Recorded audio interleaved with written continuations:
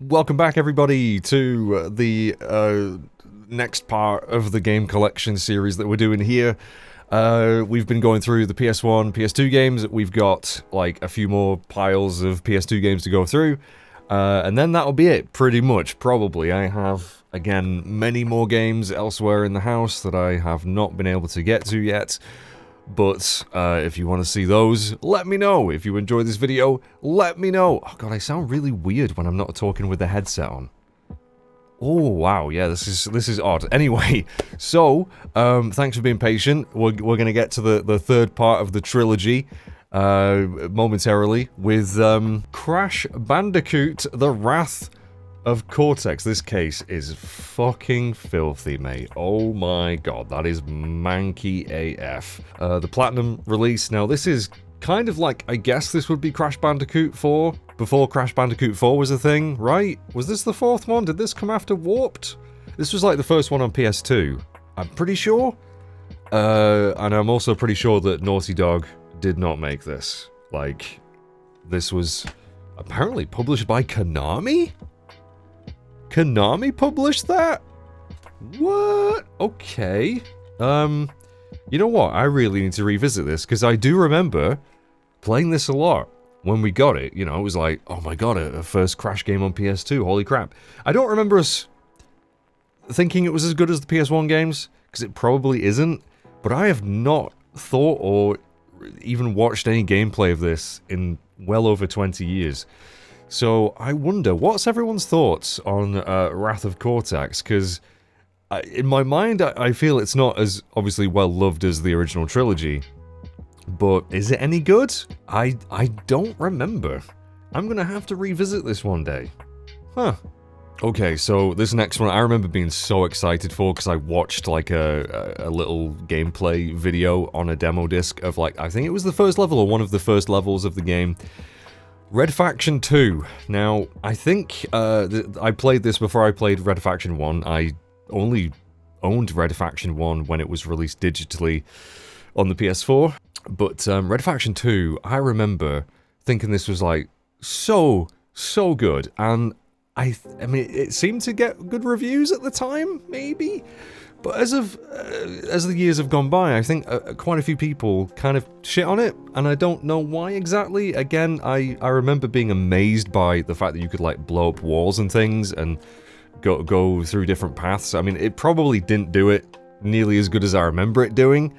I remember there was also, like, a lot of big name actors voicing in this. Like Jason Statham is definitely in this game. I think Lance Hendrickson, is that his name? He's in it, you know, Bishop from Aliens. I'm pretty sure. So yeah, Red Faction 2. Not much more I can say about it. It's a first-person shooter, very much like, not really like Halo. It was its own thing. It's you know, sci-fi shooter. Pretty good. I do remember liking it a lot, but again, I've not played it in a very long time, so I really don't know if it's as good as I remember. But yeah, I got it for Christmas one year. I think I got this along with Time Splitters 2. That was a lot of good first-person shooting in my memory anyway. I mean, Time Splitters 2 is probably better, probably quite a bit better. But anyway, Red Faction 2, and oh my god, these games are so dusty. So filthy. Ugh. You deserve better, Big Boss. Because yes, we have two versions of MGS3. This was my original version. I love those artworks, man. I kind of wish that they'd kept doing that. I mean, they sort of started changing it with MGS4 and 5, and I just think that looks way better. You could get, like, alternate covers for them. I think MGS4 had one. Oh, this wasn't my original copy. This was a pre-owned. Why? I do have 2 copies of Snake Eater. Well, technically 3, I guess. This is Subsistence, which was released a little while afterwards with, like, the first Metal Gear Online, I believe, which I never played. I played Metal Gear Online 2 when that came out before. A lot of fun. Great fun. Loved Metal Gear Online 2. And this had, like, the better camera and things. So this is sort of the version that got turned into the HD collection. And then the Master Collection, I think, But yeah, I remember buying this because I wanted to... I think I bought this when I was doing one of my many Let's Plays of Metal Gear Solid 3 back in the day. I remember I got it fairly cheap, but I don't know how much this goes for now, but just look at the big, thick PS2 case, man. Look at this! Bloody hell! Kill someone with it. Still got all the cases and booklets and stuff. Yeah, I love Metal Gear. And I do. I'm pretty sure my original MGS3 copy is probably behind me. In fact, I think I can see it. There it is. That's my original MGS3 copy. I don't know why I have two. I legit can't remember ever buying another copy of it. Why do I have two? Why? This one cost me like £5, so I bought it very much pre-owned. Why did I... There's nothing wrong with this copy. Again, the booklet. Disc.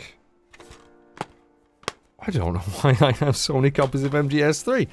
Not that I'm complaining, because MGS3 is fucking awesome, and I cannot wait for Delta. I hope that's good. I mean, it looks great. It's MGS3, so I'm going to enjoy it anyway, but like, bloody hell. 3 copies of MGS3!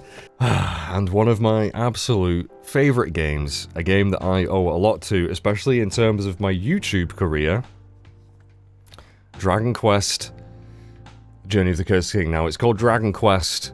There's no 8 there, because this was the first one we got over in Europe. Now, I adore this game more than I can possibly go into. I mean, if you've watched my Let's Plays of it, you know how much I love this game. It got me into the series.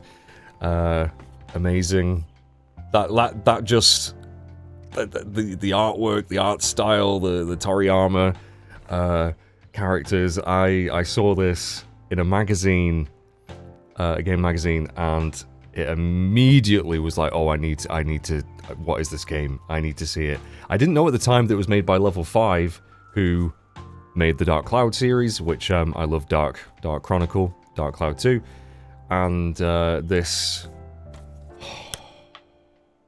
just love it so much. I remember I went down to visit my dad, like I used to do in like some holidays and things, and he was a handyman, so I'd go and help him out, and he would give me a bit of money. So I did that, and I saved up enough money for this, and I went into HMV, somewhere down south. I think it's probably in Swindon. It was in Swindon. Anyone live in or around Swindon? And I went to HMV, I bought this, and I bought the guidebook. But then, the bombshell was, I didn't have really much time to play it down at my dad's, because then he was taking us on a holiday for a week, caravan holiday, so I couldn't bloody play the thing. I also bought another game that, have I seen it yet in the pile somewhere? I hope I still have it. Digital Devil Saga. If I've already covered it, disregard this. But, basically had these two at the same time. I think actually I may have bought Digital Devil Saga when I was on a holiday. Anyway, I couldn't play this. I had the guidebook though, so I was reading the guidebook constantly. I was drawing all of the monster designs and things, and man, when I finally got back and popped this in the PS2, one of the best few days of my life. I kid you not, I was so sucked into this. Yangas, Trode, the gameplay, just everything about it. Oh my god, the orchestral music. Oh, if I could experience this game again for the first time, man. I hope when I'm like, if I reach 80, I hope if my memory goes, I can rediscover this and enjoy it all over again like that, because, yeah, what a masterpiece. And a very special game to me, because it got me into the series again. This was Hitman 2 Silent Assassin, with a fellow Baldy. Now, I wasn't bald at the time that I played this, but death is his business, and business is good. I had never played anything like this. I had never heard of this series before. I, again, saw it in a game magazine, I think. I remember I got this around the same time I got Onimusha 2. And Hitman 2, I was just, like, blown away by the whole concept of the game. First of all, was really interesting, like, disguising yourself, figuring out a way of taking out a target and getting out. I mean, I love stealth games, so this was incredible. And very different to, like, your Metal Gears and your Splinter Cells. And then, you know, from then on, I played pretty much all the other ones too, so I owe a lot to Hitman 2. Now, it's a very difficult game. I remember I've never actually properly beat it, because some of those later levels, like the Japan ones, fuck, they are hard. And is, you know, very kind of broken at times, especially with the stealth and things, and, you know, you could be in perfect disguise, walk past someone, and suddenly you're on high alert, they're sending nukes. It's just, it's mad, but I just loved the whole idea of it. Agent 47, Diana, incredible, love Hitman 2. Is it my favorite Hitman game? I think Blood Money's probably still my favorite after all these years, although I really do like the new ones. I love what they've done with the new ones. After Absolution wasn't really my favorite. They brought Hitman back. I'm so glad it's still going. Very excited to see IO Interactive's James Bond game that apparently they're working on. But Hitman, I remember I would, as a kid, when I first got playing this, I was like, say 11 or 12. I would get like a red tie and a white, like one of my school shirts was white, so I'd put that on, and I'd put on my school pants, and I bought myself some like black leather gloves, and I just like go around the house sneaking around, pretending to be Agent 47. So there you go. It's tricky. Oh my god, SSX tricky. Dude, I want a remaster of this. I need a remaster of this game. Now, I loved SSX 3. I played a little bit of the first SSX on a friend's Dreamcast. Never owned it, though. SSX Tricky, though. Oh my god. Me and my family, to this day, it's another one of those family games that we just played the heck out of together in the living room. We just found it so fun, so funny. The music, the soundtrack to this game, the crazy, stupid, over-the-top tricks, Uber tricks. We always used to play as Moby. Moby was our guy. He was British. Is her name Elise? I want to say her name's Elise. Was that Eddie? I forget the name of them. I remember Luther was like a big dude. Oh man, I would absolutely freaking love a remaster of SSX Tricky. I know it's well loved by quite a few people, and rightly so. EA Sports, big. Remember that? Remember that? Oh, back when EA was still alright. Yeah, love Tricky. It was just one of the, probably the best snowboarding game I've still ever played. Although SSX 3 was really good too, and I spent so many hours on that as well. And also one on the PSP, I remember playing a lot too. And then they brought out kind of a reboot, like quite a few years ago now, that was alright, but it wasn't quite as good as this. Now, another game that I bought kind of because I was really bored at my dad's, Devil May Cry 3 Special Edition, which I bought for £13 in game. Many people's favourite Devil May Cry game. I mean, I love the first one. I do love the first one, but this is just so much better. It really is so much better. All the different fighting styles. It's kind of like a prequel. I love the two brothers. Yeah, this is probably the best DMC game in my mind. I remember it was really tough though. I remember it kicked my ass, but I absolutely played the crap out of it at my dad's. Yeah, because the whole game you basically just climb in one big tower, aren't you? I've not played it in so long. I've obviously got it on the HD collection as well. But yeah, Devil May Cry 3, fantastic. Way better than 2. Way better. Have I shown off 2? Have we found 2? I know I have 2 somewhere. Anyway, yeah. What else is there to say about Devil May Cry 3? Another copy of FF10. Why do I have so many? Why do I have so many of these? What? Oh my god, FF10.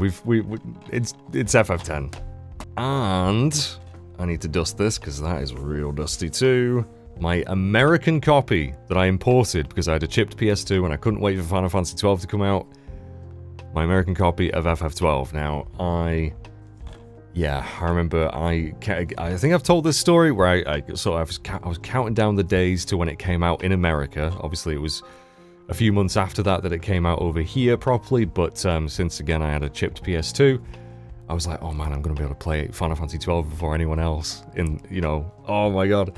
And the day that this finally arrived, because I remember it was delayed in customs or something. It took forever, it felt like, to actually get over here. But I remember this arriving, running over to my grandma's to show her, like, oh my god, it's finally arrived. And I remember just humming the Final Fantasy theme in my head as I did so. And then, yeah, FF12, at the time, I think it was quite divisive. I mean, well reviewed, but I think a lot of people, because it was quite different, didn't like it. Nowadays, I think more people are coming around to it, especially with the Zodiac age. But yeah, FF12, I love this game so much. Love it. Just recently did another playthrough of it, doing a solo run with Vaughn, who I have grown to hate less over the years. I used to despise him. I thought he was just rubbish character, but now I don't mind him nearly as much. It's all about Balthier and Fran though, and Ash, my wife. And we're really in like RPG town for these next few, or at least this one especially. Grandia 2, which I have covered on the channel. I had only played a little bit of Grandia 1, I think, before I saw this. Didn't own it. But again, it was one of those kind of periods where I was just desperate for any RPG I could get my hands on. I saw this in that Power Station magazine that used to do guides and things. I saw this in that, and yeah, I was just like, okay, I need a copy of it, featuring all new, never seen before cinematics. Yeah, so this is like, it is a port of a Dreamcast game, I think, but Grandia 2. It was definitely obvious though, going from like FF10, the production value and the character animations in that game, going back to something like this was a bit of a shock. But the gameplay itself was so fun. I loved the battles and things in this, and yeah, Grandia 2. I have a lot of fond memories of it. I have a memory that I was going to, as a kid.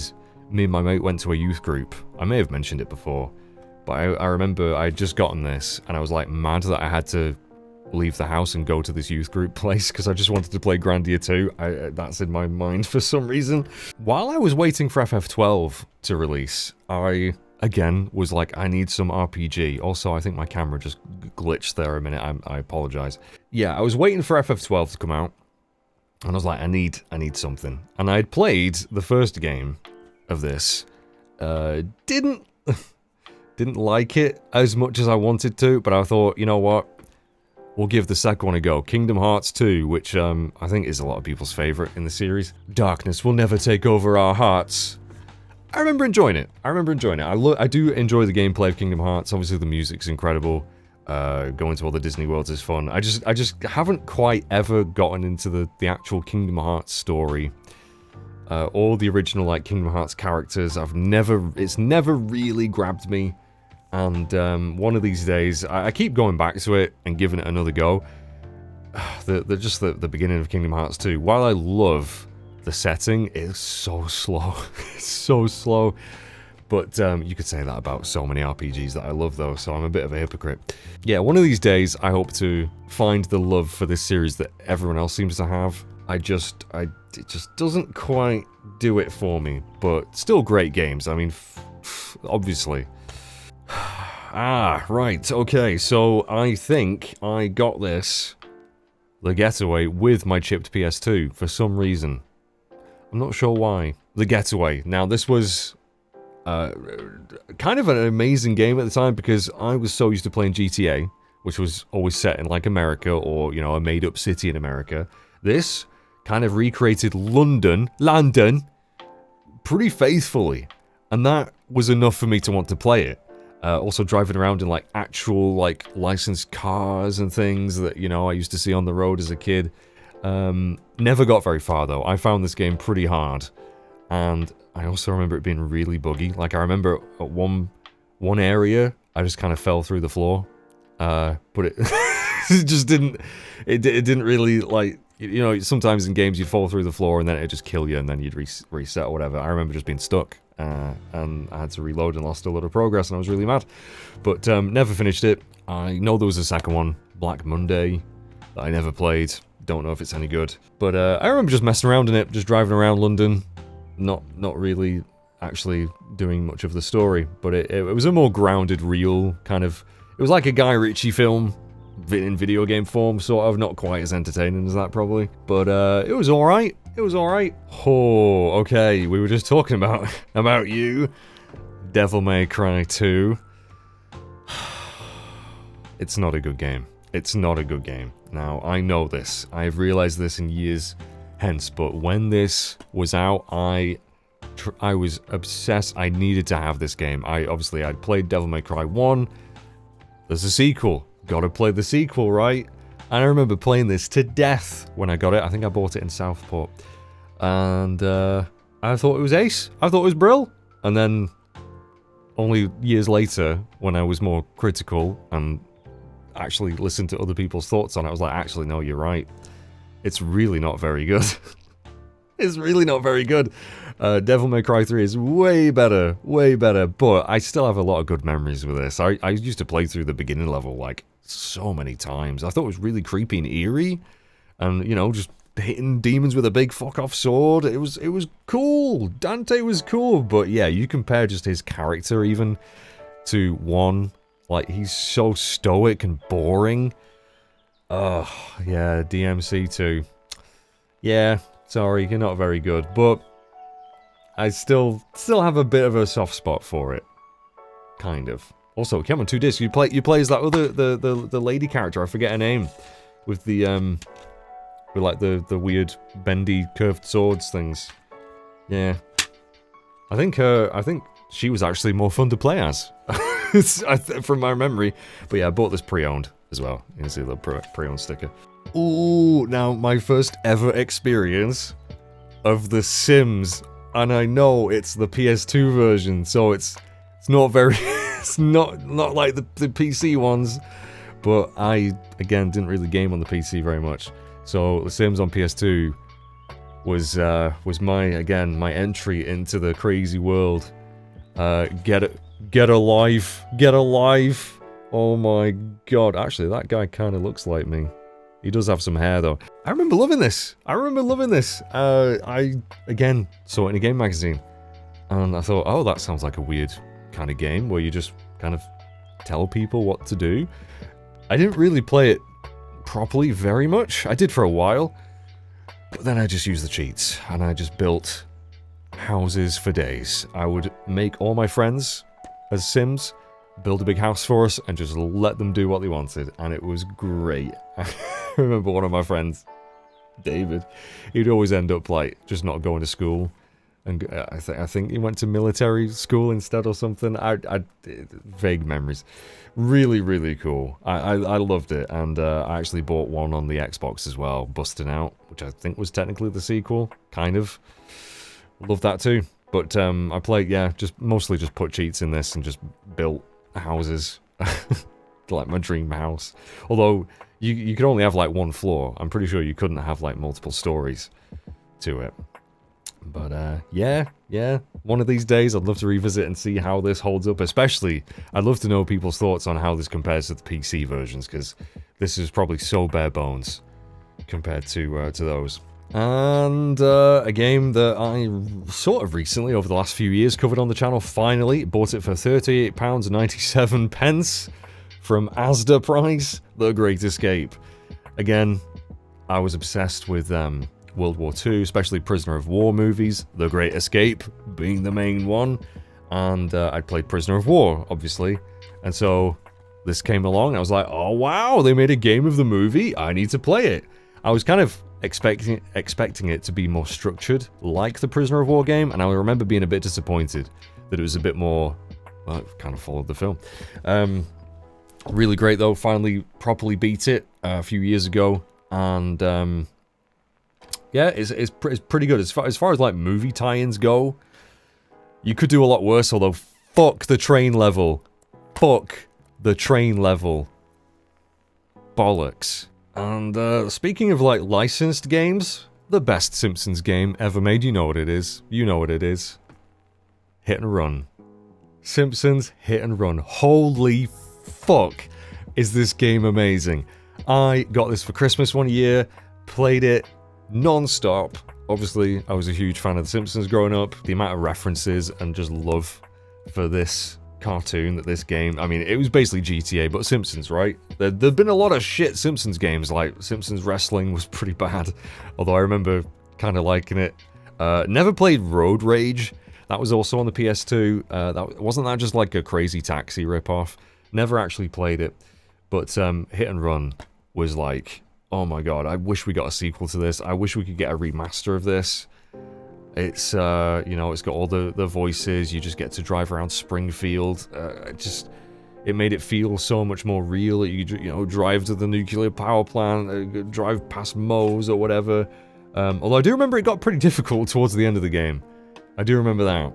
But, oh man, Simpsons Hit and Run, so good. Please can we get a remaster of that one day? I would love it. Ooh, another monkey case. That's gross. That's gross. Do. Yeah, Philosopher's Stone on PS2. This was another one that I bought, never had as a kid.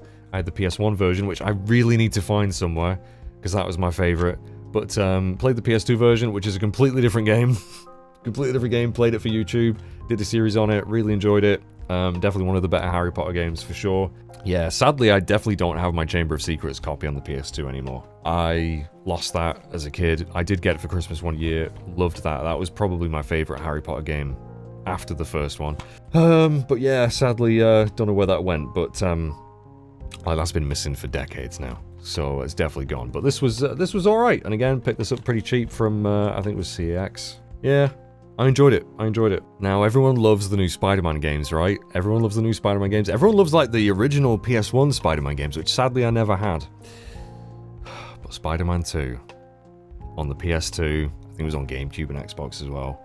Obviously, movie tie-in for the second film, the Tobey Maguire one, which is still the best Spider-Man film.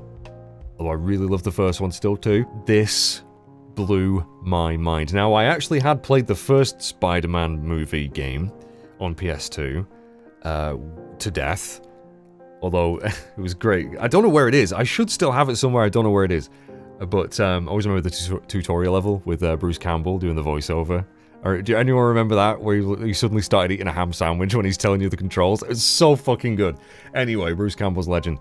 But Spider-Man 2 improved on it in every way. I remember the first game, like you couldn't even go down to the street level.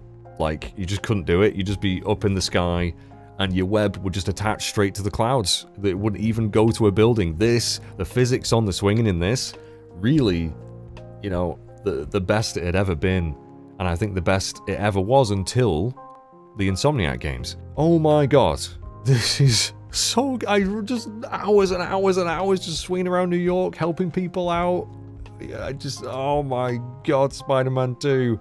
And then, yeah, I remember playing Spider-Man 3 quite a bit on the 360 it would have been, and that was all right, but this was way better. I love that you could, like, basically control, like, you could fire off a web from one hand with one trigger, I think it was, and the other trigger was the other web, and you could do like a slingshot move. Oh, it was so good, so good. Turok Evolution or Evolution. I do not think I've really played this one very much over the years. I know Turok as a series was quite big on, wasn't it, on the N64, things like that. Never played the originals. This one, I don't remember how I got this. I really don't. But, you know, big dinosaurs, I love Jurassic Park, Turok, that could be cool. I just remember this one was fine. It never grabs me. I never got very far in it. I don't know if people like this or not. But, you know, you could have, like, a bow and arrow and stuff, which was kind of cool, I suppose. Never really spent that much time with it. So, if you like Turok Evolution, let me know. My favorite Star Ocean game, till the end of time. I need to do this on the channel one day. It's just a massive game, though. It's on, like, freaking two discs. I remember seeing this on, because I had a laptop at the time, and I you know, started going on you know, gaming websites, IGN, GameSpot, all them. Saw a review for it on there. Saw some pictures. I also saw an advert for it on the back of one of my game magazines that was basically just, I think it might have actually been that screenshot, just of the battle. I was like, oh my god, I need it. I need that game. Knew nothing about Star Ocean, and yeah, got this shortly after one of my birthdays, or on one of my birthdays, and I actually took it to a friend's house because I was having a sleepover that night, and I was like, but I really want to play Star Ocean, so I just brought the game over and just played it and made him watch me play it. And he wasn't really into these kinds of games, but I remember he got quite into the story. And, oh boy, the story. Ho ho! It's got probably one of the most infamous plot developments in anything ever. It's absolutely insane where this story goes. Great game though, so fun, great action RPG. Probably very dated now though. Probably. But, I love it. It's still my favorite Star Ocean. I adore this game. I have spent hundreds and hundreds of hours. I had the guidebook as well, which I remember reading so much, especially, again, when I wasn't able to actually play the game myself. When I was visiting family or whatever, I'd just bring the guidebook and just read it and read it and read it. Ah, I knew it! Digital Devil Saga. Sort of Shin Megami Tensei. Spin-off, kind of like Persona is, I guess. I knew nothing about this. I bought it purely because, again, I saw it in a game magazine. I think I got it while I was on holiday. And, again, we got it around the same time as Dragon Quest VIII. Dragon Quest VIII got played way more than this did. But when I did eventually get around to this, I would dip in and out of it. I really enjoyed it. I found it very difficult. I love the music. The soundtrack in this game is so good. And they did a sequel that I never played. So I think, like, maybe does this end on like a cliffhanger? I don't know, because I never actually finished it. But one of these days I'll revisit it. Because now I've played a lot of like Persona games, I might have an easier time with it. Yeah, great game. I would love to check this out. And again, the sequel, I don't know if that was any good. Let me know. There's, yeah, I still listen to the soundtrack. It's a banger. And speaking of amazing soundtracks, now this was a weird one. Look at... It's basically, it's like a card case. Xenosaga 2, Episode 2, Genesis von Guten Boss. I can't say that very well at all. We never got 103. We never got 103 over in the Europes. And I bought this, played a lot of it, didn't understand a fucking thing. Because it really does rely on you playing the first game, right? I had no clue what was going on. I think that it's probably not... Is it any good? I remember the combat being quite complicated. There was obviously like mech combat as well as just regular character combat. Very sci-fi. I just thought the music was incredible though. And just the atmosphere and the vibes of the game carried me through. I don't think I ever finished it though. But I played it a lot. And yeah, I always saw this. I bought it from Blockbuster. Rest in peace, Blockbuster. And because it was in like such a big case, I was like, ooh, what the heck is that? What the heck is Xenosaga? And yeah, it kind of bugged me that it was episode 2, but it was really cheap, so I bought it. And I remember just absolutely slamming it over the course of a weekend. And it came with like a movie disc. There's like a movie that came with it. I remember watching it, and again, not understanding a damn thing, but the music was so good. And yeah, mechs and things, I thought that was really cool. It reminded me of Zone of the Enders a bit. Like, look at that shit. That's pretty cool, isn't it? Like, big old case. So that's, I bought it purely because of the case, really. There you go. Yeah, we never got part 1 or part 3 over here, so... Crazy Taxi! You remember the announcer on the menus of this thing? Just look at that cover, though. It's just yellow, Crazy Taxi. That's all you needed back in the day. Obviously a port of Crazy Taxi on the PS2. For some reason, even though, you know, I'm not really into arcadey kind of games, especially on console, I don't really see the point. Crazy Taxi, I bought as one of my first PS2 games. In fact, I think this was actually my second PS2 game after Quake 3, which again was kind of like only multiplayer really, you could play against bots. So I ended up giving Quake 3 back, and I think we got Crazy Taxi instead, and I really don't know what made me want it. Great game, Crazy Taxi's great, but there's only so much you can do with it. I think it's San Francisco. Yeah. Just messing around. on it, just driving around. I kind of wanted it to be more like a GTA. Well, actually, no, I played this before GTA. No, Driver. I wanted it to be more like Driver and be able to just drive around and stuff, and you're always on a timer, aren't you? So, yeah, I remember enjoying it. Didn't play it a whole lot after the initial purchase, because, again, there's only so much you can do with Crazy Taxi, right? Yeah, I always remember the announcer. My sister always quotes it. It's insane. Crazy Taxi. There you go. And I think this is the last game that I've managed to dig out for now, chaps. The last of my PS2 games. Now, again, I know I've got more somewhere. I know there's some missing. Like I say, Spider-Man 1. Quite a few more PS1 games that I still haven't found. Medal of Honor Frontline. Probably, apart from... Well, I do love Medal of Honor Underground, which I've just covered last year. Medal of Honor Frontline's probably my favorite, though. The opening on D-Day felt like you were playing it, you know, in like you were inside Saving Private Ryan. Now, probably doesn't hold up very much nowadays. Remember being really tough though, and most of my memories of this game, actually, the reason I bought this is because a friend of mine had it. The friend that I would, Matt, hi Matt, him and his dad, Bernard, hi Bernard, would be playing this before we went to the youth group. Like whenever I went around to their house on a Tuesday night, I think it was. They'd be playing through Medal of Honor Frontline, and I remember just watching them play it and thinking, oh my god, that looks so good. And then I got it myself eventually. Pre-owned, sort of. Yeah. Bonus card price. Wait. The bonus card price is $19.99.